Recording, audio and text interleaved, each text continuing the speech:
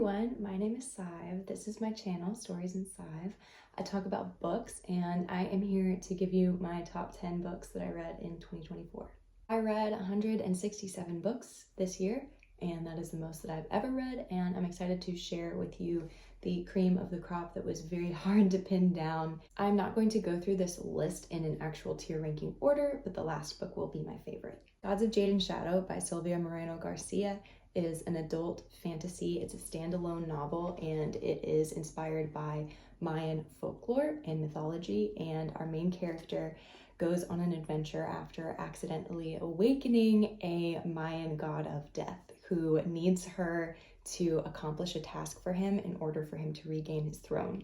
It is beautiful and quest-oriented. The writing, as always for Silvia Moreno Garcia, for me, will just work.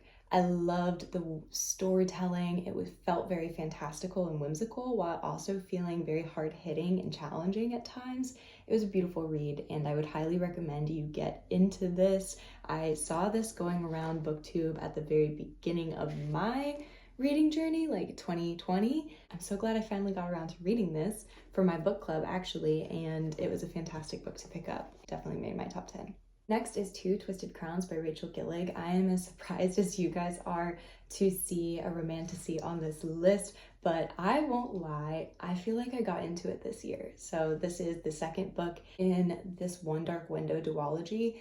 I love duologies because it feels like there's more world building, but like I don't have to commit to a huge series. And that's what this book felt like. We got a completely new set of characters from the first book into this second book. They had been in the first book, but were not the main characters, and then we had new sets of POVs. Our main character from the first novel is no longer the main character, and I loved the complicated storytelling that she decided to weave. There is a very unique magic system that has to do with cards, decks of cards. They have to go into an enchanted forest in order to find a certain set of these cards in order to accomplish the task and keep the emperor from gaining more power. There's prophecy and other spirits on the other side. An atmospheric, dark, and creepy romantic read.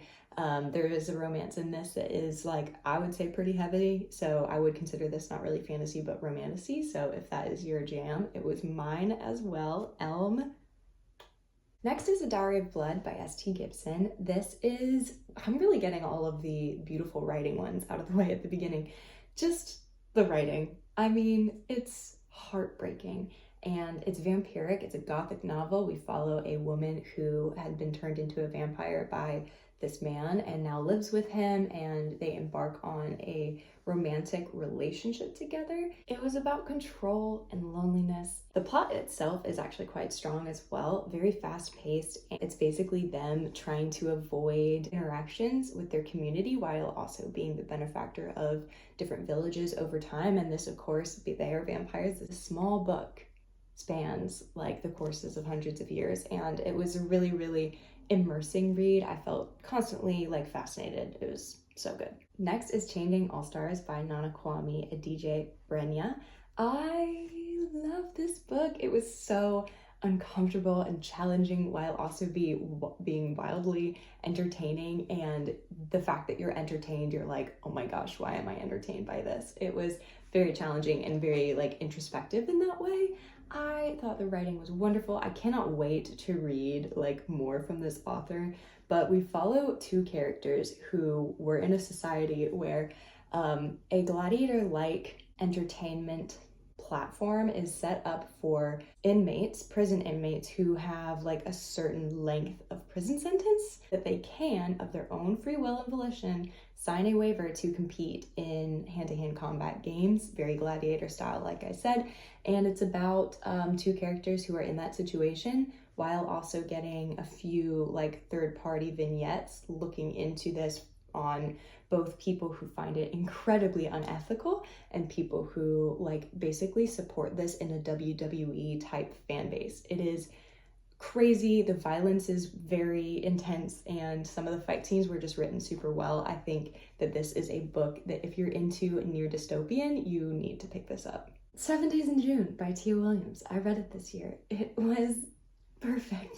Well, not perfect. It was quite sad at points. It was the hard-hitting romance that I needed at the time. It gave me a really good cry. Like the last 40 or 50 pages I read crying in my bathtub, and it was a very cathartic experience after watching these two on the journey of a second chance romance. Eva and Shane met and were friends in high school and had a whirlwind type of like obsession romance. And this is following them like a decade, maybe more later, as they reconnect. They are both authors. There's a publication element. Most readers love to read books about books or featuring authors or readers, writers, and this delivers on that while also delivering on the single most hopefully heartbreaking story that I've ever read. I love this book and you should look up your trigger warnings, but wonderful. 5 stars, top 10. I think that I have to clarify that this one is the biggest surprise. The Ballad of Never After by Stephanie Garber. This is a YA romance fantasy.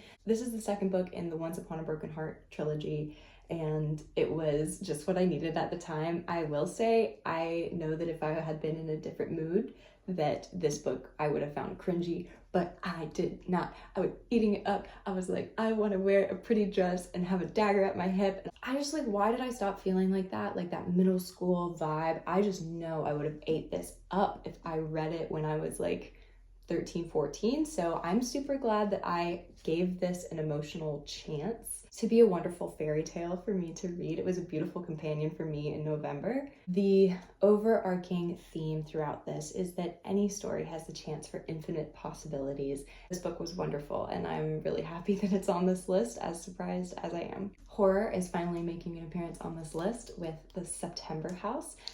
This is a horror to me. This is not a thriller. We follow an older couple whose kids are out of the house and they buy this home, and it is very clearly haunted. And it's not like one of those they tease you of like, there's creaks and then stuff starts to move.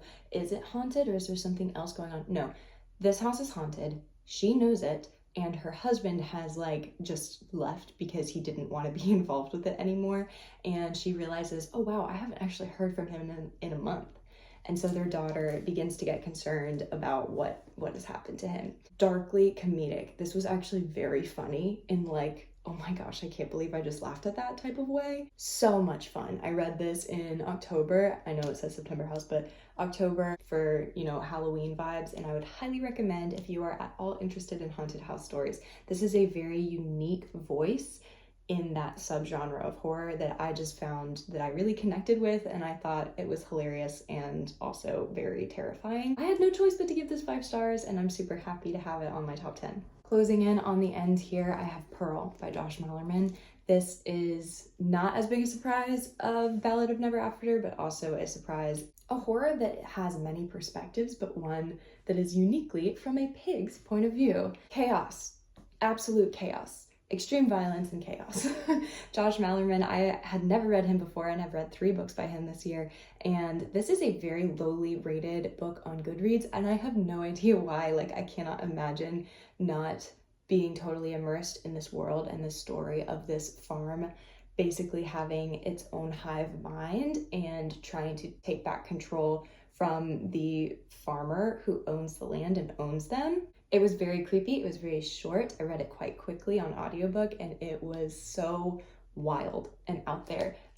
Like, if you think that you kind of like can picture when I say like crazy and chaotic, like push it just like 20% further and you're probably right about where you need to be. It's hard to say that you love horror, but I was stunned by this book. I was like shocked by it in a way that was very memorable, and that's why it's on this list. Okay, second to last book is going to be Carrie Maniscalco's Throne of the Fallen. This is the first book in a new series that she's writing called Prince of Sin. In her world that she created in Kingdom of the Wicked, there are princes that are correlated to each one of the 7 deadly sins. And so that's what this new series is going to be about. We follow Envy, who is protecting his court. There's a secret that he's been keeping, and he has to participate in a game, but he actually has more to lose than he is letting on. And the game brings him to the doorstep of Camilla, who very snarkily turns him away, and he has to like gain her trust. And it is a romance. It also has quite an intense mystery component, and it like satisfied my thriller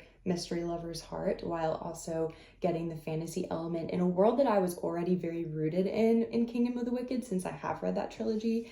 I don't know if you actually like need to read that plot-wise in order to read these books, but I will say that I enjoy, my love of this world was already built in. So this was more set up for success to be a 5-star for me because of the fact that I read that book.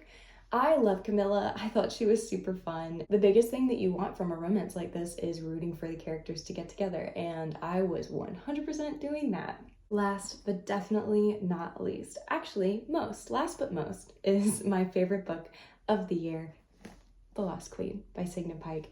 Everybody needs to at least read the synopsis, and if it interests you, you need to read it. A beautiful historical fantasy. It's the first book to it's not a trilogy, it's a 4-book series. When I tell you, this book had me thinking about it for months. Believe me, this book had the same potency for me as the Daevabad trilogy, which is my all-time favorite trilogy. We follow a character starting at around age 10, and we finish the book when she is maybe late 20s. Langareth is the Lost Queen, and it's based on real historical figures, and it turns out that Merlin, if you know the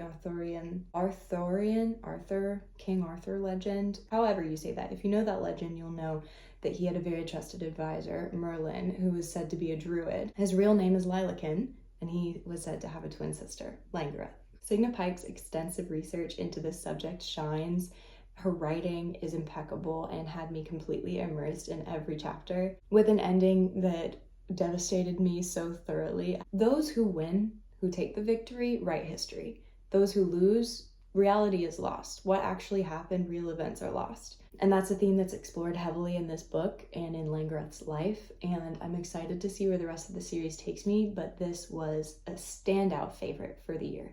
All right, you guys, thank you so much for joining me for this quick chat through my top 10 books of 2024. I'm super happy to share them with you. If you have read any of these books, please let me know down below what you thought of them, even if we disagree. And also, if you feel like you could give me a good book rec going into 2025 based on what you now know about my reading taste and what I love, please drop it in the comments. I would be super curious for anyone's recommendations. Thank you all so much. I hope you're doing well, and I will catch you in the next video. Bye.